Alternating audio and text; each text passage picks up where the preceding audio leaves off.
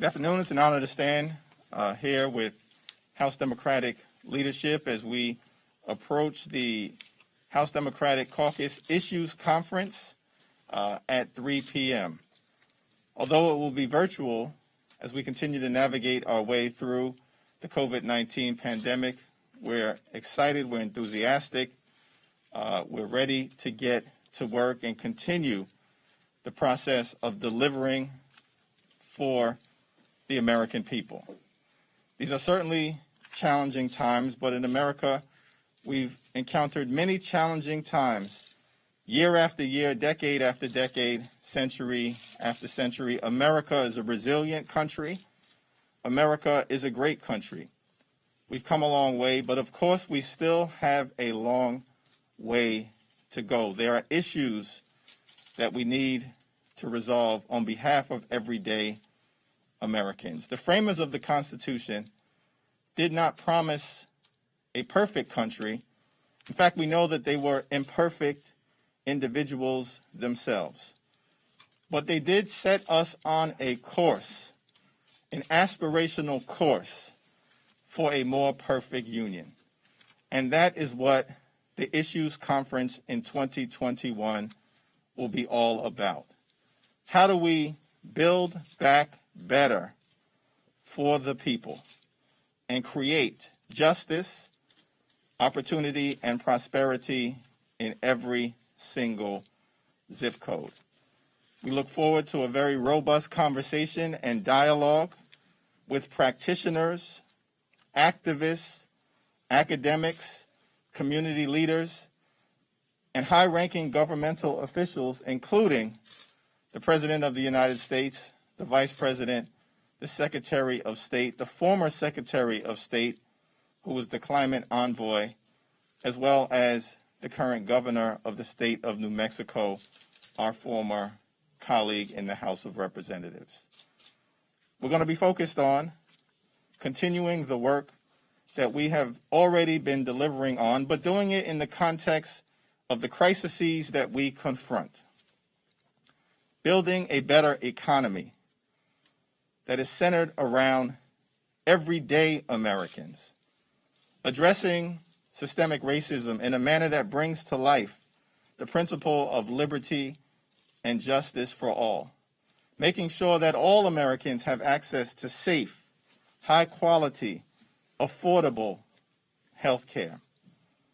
Fixing our broken immigration system in a manner that is consistent with our status as a nation of immigrants and, of course, the rule of law. And finally, confronting the climate crisis in a manner that recognizes the existential threat that is posed to our country, our continent, and to the entire world. So we're looking forward to proceeding together over the next few days and to continuing to work toward building back better for the people. The House Democratic Caucus is a wonderful orchestra. We've got incredibly talented legislative musicians. But it wouldn't work in the absence of a fabulous conductor, Nancy D'Alessandro Pelosi.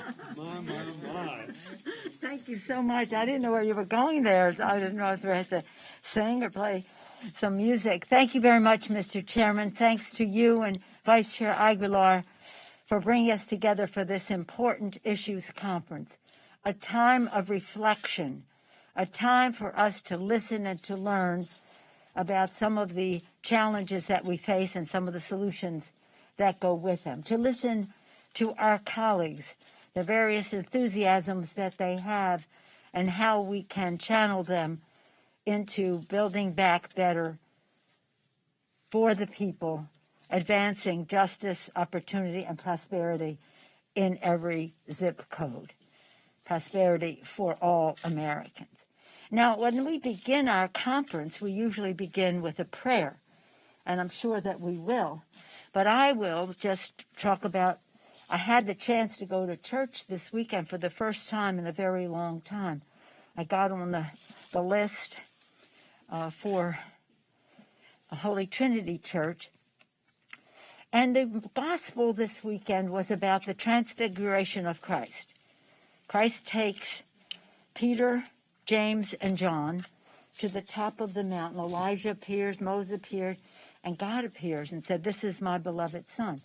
And when I won't go into the whole gospel, but when it's over and they go down the mountain, Jesus says to James, John, and Peter, "Don't tell any of the others what you saw, Elijah, etc., there, until I have risen from the dead." And they're like, "What? I mean, we just saw Elijah. Now you're talking about dying and rising." But the whole point of the gospel was that in order to learn, we have to unlearn certain things. And that's how I was thinking of this. How do we open our minds to the new, to the entrepreneurial thinking that is out there, to help us to find common ground, to understand other points of view in a way that saves time, but also makes progress. So we really have been looking forward to, even before Sunday's gospel, to this time of listening, learning, reflection, unlearning, so that we can learn more. It's very, very important to us. And it happens at a time, as the distinguished chair has indicated, a time when we have a new president of the United States, Joseph Biden, a new vice president, Kamala Harris, and we'll be honored with the Secretary of State and other leaders from this administration. But we're listening at that level and at the grassroots level and at the member level so that we can be transfixed, transformed when we leave in a couple of days and have fresh eyes on the subject that we're out to see, but always true to our values. Build back better for the people, advancing justice, opportunity, and prosperity for every zip code. In that spirit, I yield to the distinguished gentleman from Maryland, a distinguished House Democratic leader, Mr. Hoyer. Let me say it's always a privilege to follow the Right Reverend Conductor of the Democratic House. I have a sort of a mundane role that I've been assigned, and that is to tell you what we're doing and what we're going to do. And we will do it in short 1 minute, 5 minutes. Now, Nancy and I have the ability to talk a little longer than that. But what these issue conferences are about are talking longer, more thoughtfully, more interface, more discussion as opposed to 1 minute statements. And it is to, as Nancy points out, the speaker points out, to look more in depth at the issues we confront. Now, the 117th Congress is facing one of the most daunting scenarios that we've seen. We faced daunting scenarios the last time we were in the majority, in 2009, 2007.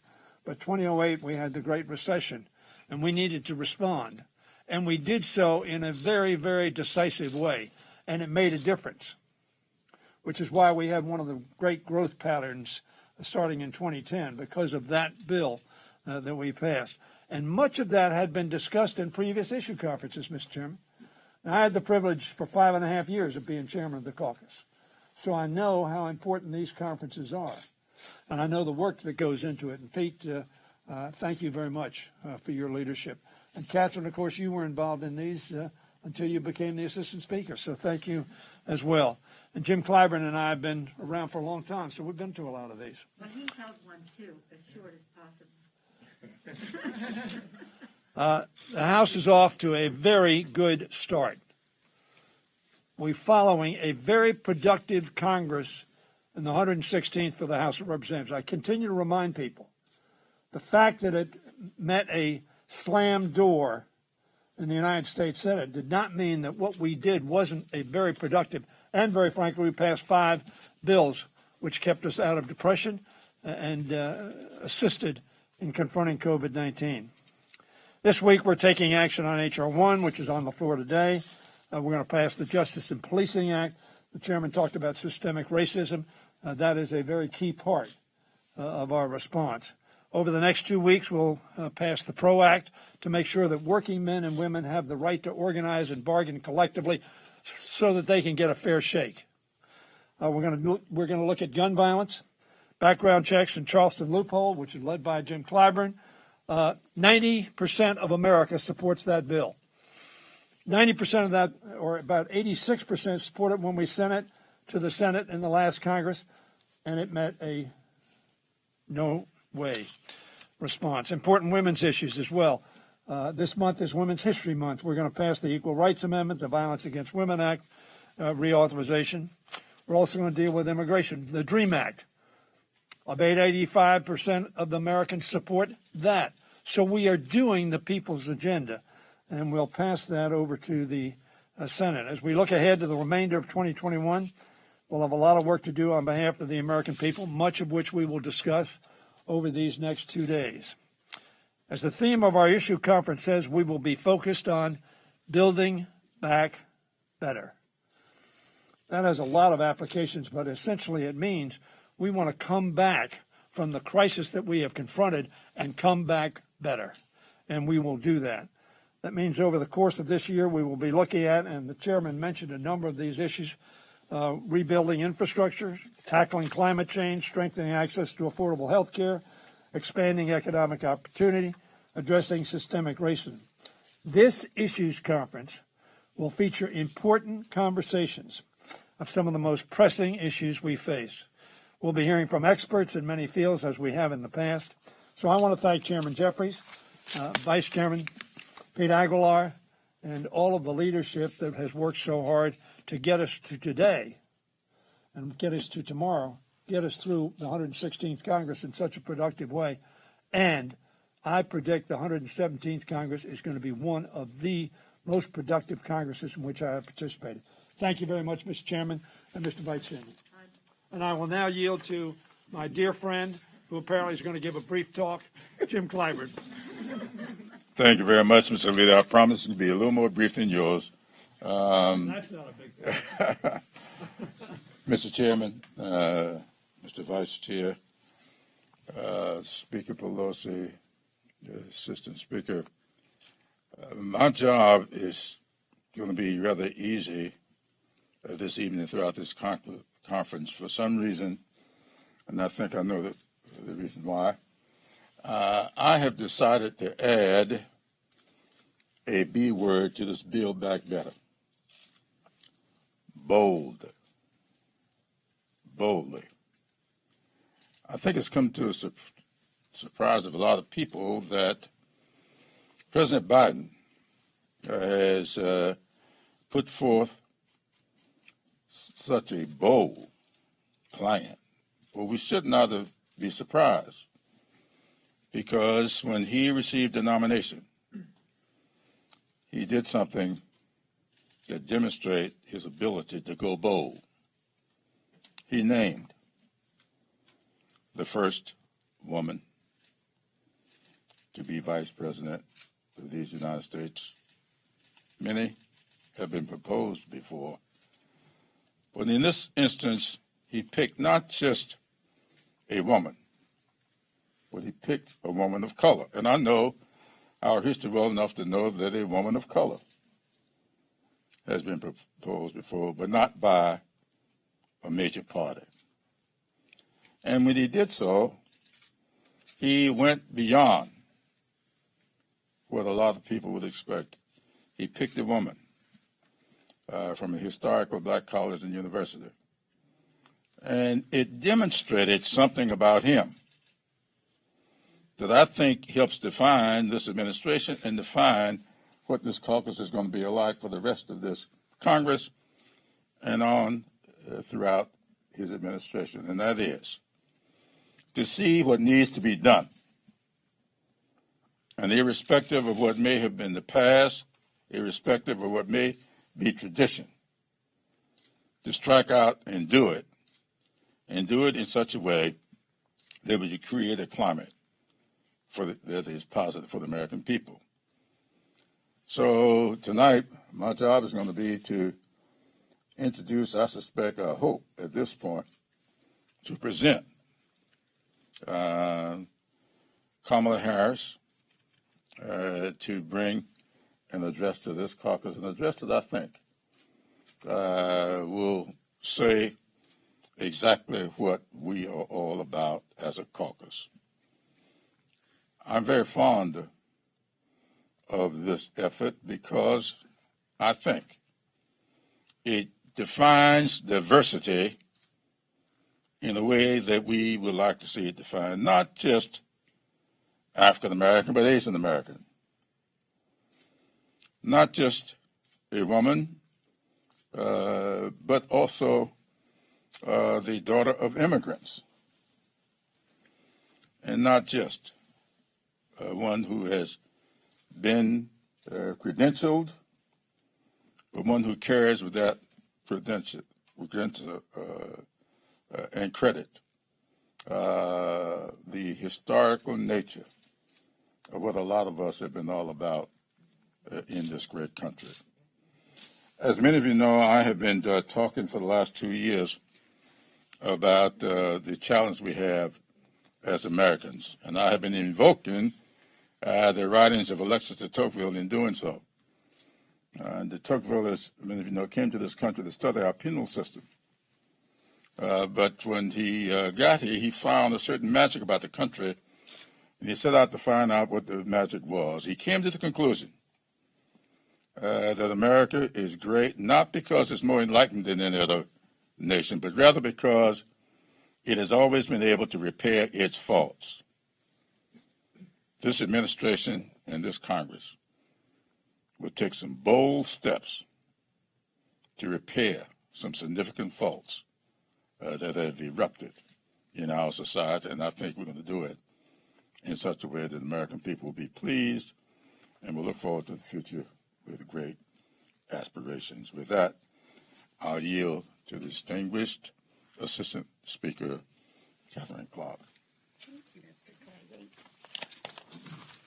Thank you so much. It is so good to be with you, and I want to thank Chairman Jeffries, Vice Chair Aguilar for putting together this issues conference and for all your leadership in keeping our caucus informed and moving forward to meet this moment. And to our outstanding Speaker Pelosi, Majority Leader Hoyer, and Whip Clyburn for their commitment to making sure that those issues that families at home talk about around their kitchen table are the priorities on the table here in Congress. So justice, opportunity, and prosperity in every zip code. It is a long title for a big piece of work that we are undertaking to meet this moment of racial, economic, and climate justice. This is the theme of our conference, and it is the driving force behind our work in Congress. This pandemic has exposed so many of the inequities that we knew existed and brought them into stark relief. Women are being pushed out of the workforce. 1 out of 4 women have lost their jobs. Families on the poverty line are slipping further into despair. Black and brown Americans are getting sick and dying at disproportionate rates. This time of great challenge calls for great progress. And this is what we're going to be discussing at the Issues Conference this year. This is our moment, not to return to the status quo, but to boldly build back better. When workers are treated with dignity, when women are treated equitably, and Americans, no matter their background, skin color, or geography, have equal access to opportunity. This is how we center our work in Congress. This is the exciting plans that we have in place to see and help the American people meet this challenge. And we are so grateful to be able to do it with the Biden-Harris administration. So we're looking forward to the next few days and to the session ahead to deliver on our promise to help meet this moment in American history. And I am now very proud to introduce Vice Chairman of the caucus, Pete Aguilar. Thank you, Assistant Speaker Clark.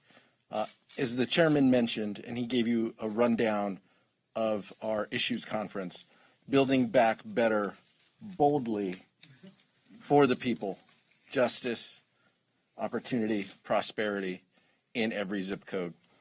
Mr. Clyburn doesn't know that we had the banner made already, so now it'll be delayed because of the printing. Our conference is built on the diversity of our caucus. Not only are we a diverse caucus, but we're a united caucus. We showed that with the American Rescue Plan. We're going to build off of that to address and to discuss issues of the economy and healthcare and opportunity in making sure that Americans have a chance in our communities. But we will do that, and the conference was built off of the diversity of the members of our caucus, who were given time to give us ideas and suggestions on programs that will help them. So that's the mindset that we'll take into this issues conference, is building off of our relationships with our colleagues, learning from the diversity of that caucus. And that's what will continue to be our guide throughout the issues conference. Mr. Chairman? We have to prepare for a timely 3 o'clock start, but we do have an opportunity to take a few questions. If you could talk about this, Chairman, and also, Madam Speaker, if you would address it as well. I'm just wondering how concerned you are with the White House in their role in the passage of the $15 minimum wage. Do you feel that President Biden has offered a true strategy to making that happen, especially given the ruling by the parliamentarian and how it is unlikely to be a part of the COVID relief package? Well, I'll just briefly say that the administration put forth a transformative American Rescue Plan. It contained the $15 minimum wage. We believe that that is the right approach, as evidenced by the fact that it was in the legislation that we passed. But the House is the House, and the Senate is the Senate. They have a process. They have a parliamentarian, and I'm not going to speak on what their process will yield, other than to say, as I think the Speaker has made clear, we're committed to making sure that we raise the minimum wage to $15 per hour. It's the wealthiest country in the history of the world. The notion that anyone is working full-time, trying to raise a family, and making $7.25 should not be acceptable to anyone in the United States of America.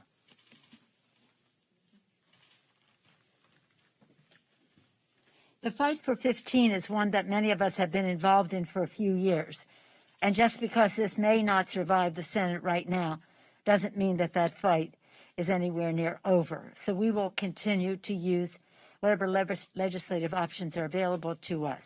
It is wildly popular among the American people in a bipartisan, nonpartisan way. Democrats, Republicans, independents, and the rest support raising the minimum wage. I come to this with experience. When Steny and Mr. Clyburn and I raised the minimum wage in 2006. We won in 2006. We passed it in 2007. In the first 100 hours, not days, hours of that new majority that we had. We passed it, $7.25 an hour. It hadn't been raised in 11 years. And now it's been a long time since it has been raised, and we are determined to get the job done for the American people. This pathetic minimum wage, $7.25 all these years later, is really a gift to underwrite those who will not, who are exploiting their workers in many respects. Some people just can't afford, businesses just can't afford to pay the full $15, and we want to help them.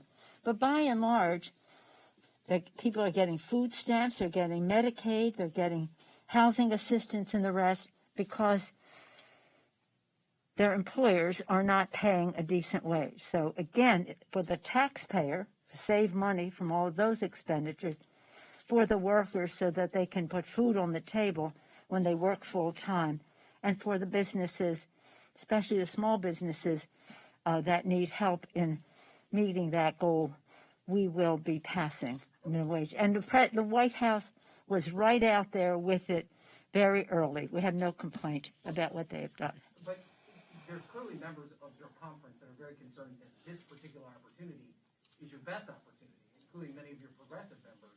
That this is our best opportunity? Right, passing it through reconciliation. That there are Well, we'll have other reconciliation. We'll have other reconciliation. But let me just say this, because I think this is really important. This bill, as Mr. Aguilar referenced, this bill, this American Rescue Plan, is spectacular. It has so much in it to put vaccinations in the arms of the American people, money in the pockets of our families, children in school, workers in jobs. This is excellent. So let's not be diverted into thinking of what's not in, but let's respect it for what is in, and it is spectacular. Now, we were also present in 2009. The House had a bill that was $1.1 trillion. The Senate cut it back $300 billion. So people say, what lesson did you learn by not going big enough? No, we did go big enough. But it was cut back by about a third, a little more than a third, when it went over to the Senate side in order to get bipartisan support. We value that, but if we had stayed big, we would have had a bigger recovery then. This is a big bill for a bigger recovery, in fact, in light of a pandemic, just what this country needs. It meets the needs of the American people. I think we have to We have some other questions. We're not going to have a conversation. Thank you, sir. Another question for you and Speaker Pelosi as well. Last night, a member of your caucus called on Governor Cuomo of New York to resign over his allegations of sexual harassment. I'm wondering if you agree with what you think should happen next to the governor given these allegations. I issued a statement on this issue and made clear that these allegations are very serious against Governor Cuomo, made by serious individuals, and deserve a serious and independent investigation. Now that the Attorney General has taken over the investigation, it will be fully independent and thorough, and I await the results of that investigation. I associate myself with the gentleman's remarks. You guys are going into this conference. You're picking up sort of the legislative tempo with adding another work week. How much of that is sort of, this is both for Speaker and for yourself, is basically in response to the ghost of 1994 and 2010 when you lost chambers in the midsection? Well, I'm just going to yield to the Speaker and Steny on the schedule. But obviously, I think as Jim indicated, these are challenging times, and so we're going to act in a bold fashion. And in order to be able to do that, we have to get to work, not fly off to Florida, but actually get to work for the people, because the level of pain and suffering and death that they are experiencing is extraordinary. And that's the only thing that's driving us. Let me say, it has nothing to do with 94. It has nothing to do with 2006. It has to do with 2020 and 2021 and the challenges we face from COVID-19, which demand action. Systemic racism demands action. Infrastructure investment demands action. I can go into a lot of the other issues that I mentioned earlier, but Jim Clyburn would say I would speak too long. So it has nothing to do with that. It has to do with what's in front of us and dealing with it so that the people know that we're there fighting for them and their families, their children, their future. Back row. Thank you. FBI Director Christopher Wray this morning testified about a number of ongoing investigations still related to January 6th. Wondering specifically if you have heard anything, or if you could give us any sort of insight into the investigation into current members of Congress giving alleged tours. Is that still happening? Are you being kept abreast of that investigation? Well, as you may be aware, some of our members saw some people here the day before January 6th, It was at a time when we were told not to even bring family members to the Capitol because there would be no tours or taking our families around. But yet these people were there, and they had to be there as the guest of a member or staff of a member's office. So those members who saw those people have conveyed what they saw to law enforcement, and they're looking into that. They feel comfortable that what they conveyed is being addressed. That's all I can say about that. Thank you guys for both yourselves. I wanted to focus on H.R. 1 and then the George Floyd Policing Act being brought up again. So I wondered, how is it different from last Congress to this Congress? Because when you go to the Senate, you still need 60 votes. 60 votes still aren't apparently there. And so have Democrats maybe oversold what they could accomplish with control of both chambers? No, I'll let everybody jump in on this, but I mean, I think we have a House Democratic majority. We have a change in occupancy at 1600 Pennsylvania Avenue. The king of obstruction is no longer in charge in the Senate. It's a very different landscape handed to us by the American people because they want things done, like defending our democracy, H.R. 1, or transforming policing in a way that brings the police and the community together and lifts up the principle of equal protection under the law. Let me make a comment,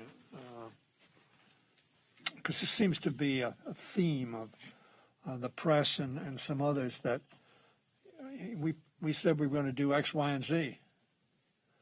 But we didn't say we were going to be magicians. We didn't say we could magically make the Senate change or the House change.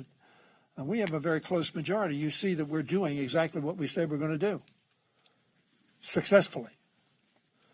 I am one who believes that the filibuster is an undemocratic, utilized in my early generation when I started in an interest in public affairs to undermine the rights of citizens of color in America. I think the filibuster ought to be modified. The founders wanted the Senate to be able to talk and be more thoughtful and sort of, as they said, cool the hot broth into the saucer. But we can't magically make the Republicans be for what the people are for. That was my point. The people are overwhelmingly for the agenda we're passing. And democracy works. And so if the people want those bills to pass, they will either demand that we do away with the filibuster or demand that some Republican senators who refuse to vote for what the people want leave office. But we're going to do everything in our power. I think Chuck Schumer is going to do everything in his power to make sure that the agenda that we are working on and promise the people will, in fact, be the agenda that we put forward and hopefully pass. None of you here would have predicted 7 Republican votes for conviction. None of us in this room. Yet we got there. So we'll keep talking to our Republican colleagues and keep working with them, both in the House and in the Senate, to get our agenda done, because we believe that is what the people want us to do. I can't help. Oh, excuse me, Mr. Clement. You go. I'll finish. Well, I think that all of you know I hail from South Carolina. I've studied history all of my life. My dad made me start studying history when I was 8 years old. I remember Harry Truman and Tom Dewey. And I've stayed in close touch with history. I remember 1957. I was a high school graduate. I graduated high school in 1957. A lot of people think that Strom Thurmond filibustered the Civil Rights Act. They think about 1964. It was the 1957 Civil Rights Act, which was nothing but a principle. And the filibuster was used to kill that. And we've seen it used throughout time. Now, I'm calling on the American people, but I'm also calling on my friends in the Senate. I think all of you that have been watching things the last several days, you see that our Republican colleagues are now adhering to political philosophers that are a throwback to the 1940s and 50s. And they are using the filibuster to deny progress basically to low-income people. And if they're going to use the filibuster to deny the minimum wage increase, it would be tantamount to using it to deny civil rights. And that, to me, is what we're going to be talking about going forward. We're not going to just give in to these arcade methods of denying progress. This party is not going to do it. And if they want to be categorized that way, we will oblige them. I can tell you, I will not be quiet on this issue. People of color will not be quiet on this issue. We are not going to allow the filibuster that was used to deny me and people who look like me the opportunity to come to this Congress. And that's what they did. And they're not going to deny the opportunity for people to make a decent living above the poverty wage. If that's what they're going to do, they're going to have to live with it because we're going to make sure that we serve it up. I couldn't resist coming to the podium when you asked about H.R. 1, because as we gather here on the floor of the House, that legislation is being debated as we speak. And that legislation is called the For the People bill, H.R. 1. In the Senate, it's S1. So we're very pleased that they have embraced the spirit of that. This is something that is enormously popular among the American people. The American people want to reduce the role of big, dark, special interest money in politics, which is preventing so many good things from happening. The people want to see an end to voter suppression. The first 300 pages of the bill were written by John Lewis to end voter suppression. The people want to see